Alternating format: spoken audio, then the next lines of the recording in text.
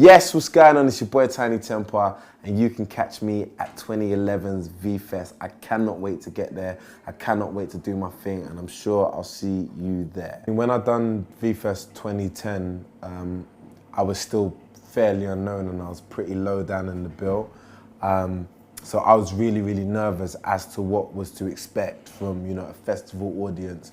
Obviously, bearing in mind that V-Fest 2010 was one of my first festivals that I'd ever done. So I was kind of like, oh, what do I expect? How are they going to react to me as a rapper, as somebody who's on one of the stages? Who else is on a time slot that's similar to mine on a different stage? But I mean, it all turned out really, really well. I mean, the first date was so successful that the second date had to be capped. The whole tent had to have a little metal fencing around it just to make sure they could tie everybody in. And I'm just really looking forward to that exact amount of pandemonium, once again, if not even more. I also met, I believe, Sam Branson, which was pretty cool. He was with Dizzy at the time, and I got the opportunity to have a chat with him, and that was a real nice moment for me. He's a real good guy, so hopefully he's down there again.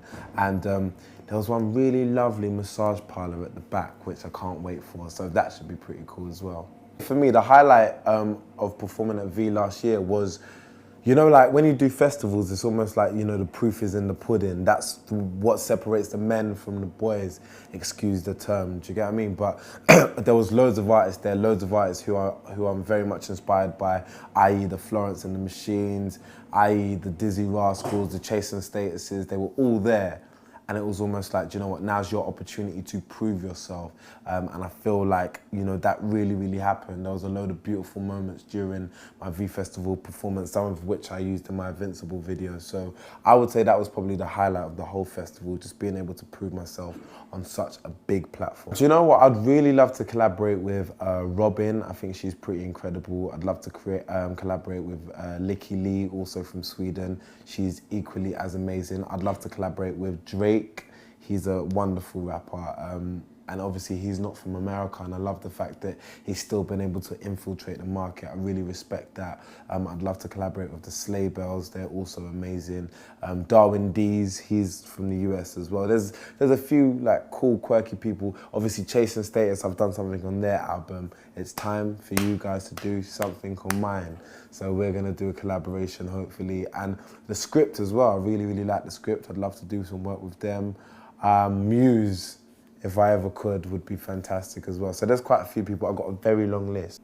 Pre-gig rituals. I would say, in all honesty, just getting the band together, getting the whole team together in one room, one space, one time, one atmosphere, and everybody just having a little piss about it, everybody just laughing, cracking jokes with each other.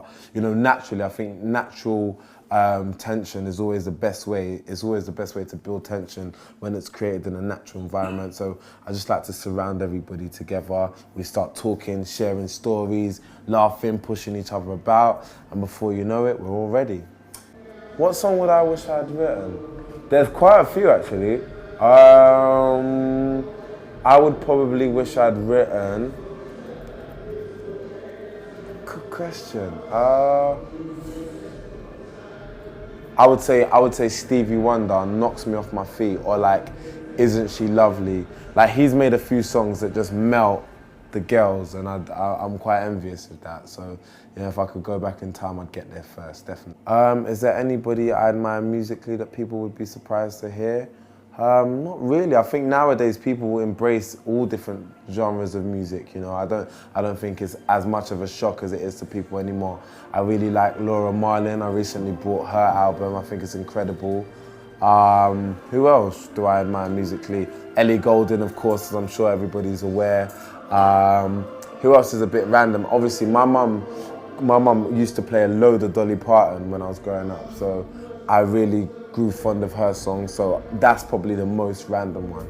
What do I think about the rise of the underground acts into the mainstream? I think the transition has been incredible. I think all things that have a solid origin and foundation, they eventually become a part of popular culture once they have a big enough demographic. And I think that just naturally happened, you know. I think it's an amazing time for British music. I personally think, you know, with the likes of Jessie J, you know, myself, Ellie Goulding, James Blake, Labyrinth, Emily Sandé, I think British music is the best it's been for a very, very, very long time. And I'm really happy with everything that's happened. We're all very tight. We're all very much a unit. We all have each other's phone numbers, and that's something that hasn't happened for a long time. And we all support one another as well. So, yeah, big up British music. Is incredible. Oh, good point. What's the dream for me? Yeah.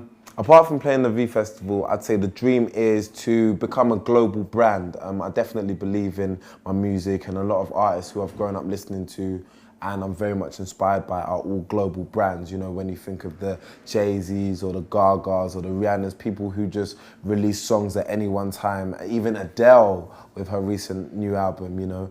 And I just want to get to that point, you know, whereby it's not a surprise for a song to chart in America or to chart in France or to chart in Australia, do you get what I mean? Whereby I just release a song and it does really well. I also wanted to make that transition from, you know, a singles artist to an album artist, and I'm very, very thankful that so many people have gone out and supported my debut and made it so groundbreaking and so incredible.